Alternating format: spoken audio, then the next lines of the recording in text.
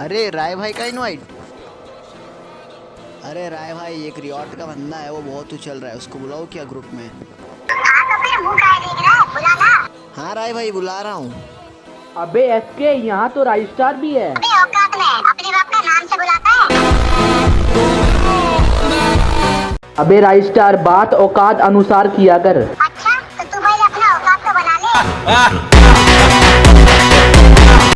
अबे एसके, तू भी मेरी तरफ से कुछ बोल। अबे ओए, यहाँ पे तेरा स्क्रिप्टेड वीडियो नहीं चलेगा। अबे राई, तू मुझे गुस्सा मत दिला, मैं अकेले ही 4 बंदों को मार सकता हूँ। और मैं तेरे जैसे 4 को।